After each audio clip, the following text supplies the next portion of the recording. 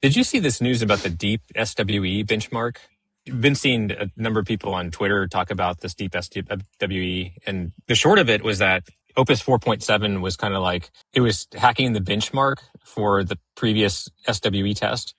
And Oh, okay. when they kind of like corrected for that, they found that OpenAI's 5.5 model far outperformed Opus 4.7. I heard like every had their own internal software, senior engineer software benchmark, and they said that Opus 4.8 like just barely nudged out ChatGPT 5.5. I would say that is closest to my own experience is that I'm finding the OpenAI models to be like, I feel like 20 to 30% stronger at completing software projects, especially if there's planning involved. You know, in my own analysis of Opus 4.8, I'd done a project where I used Codex and ChatGPT, the 5.5 model, and I had analyzed our conversation from that day along with our linear backlog and like a whole lot of other context and created an HTML document as a strategy document.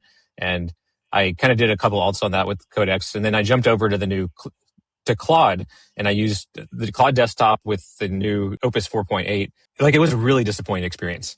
And I don't know that it's just the model itself. I think it's actually the model in the harness, because what it was doing was it was like overemphasizing previous memories that Claude had.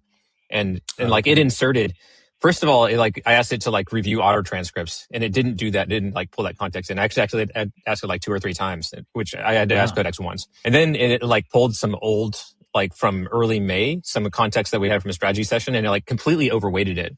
And then, I'd point out like, this isn't helpful, and it said, of course you don't want me to do this. And I did the exact opposite thing.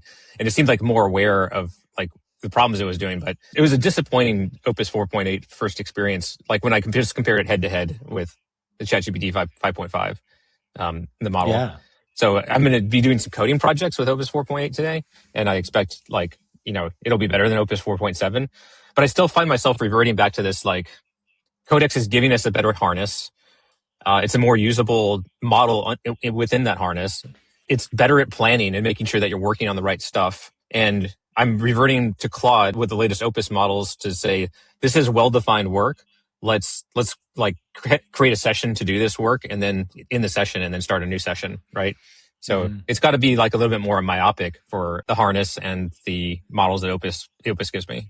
Yeah, I think a lot of AI builders should be considering this, especially because token costs are increasing over time. So we need to be understanding, where do we get the best bang for our buck when we're applying these coding agents and tools to our work.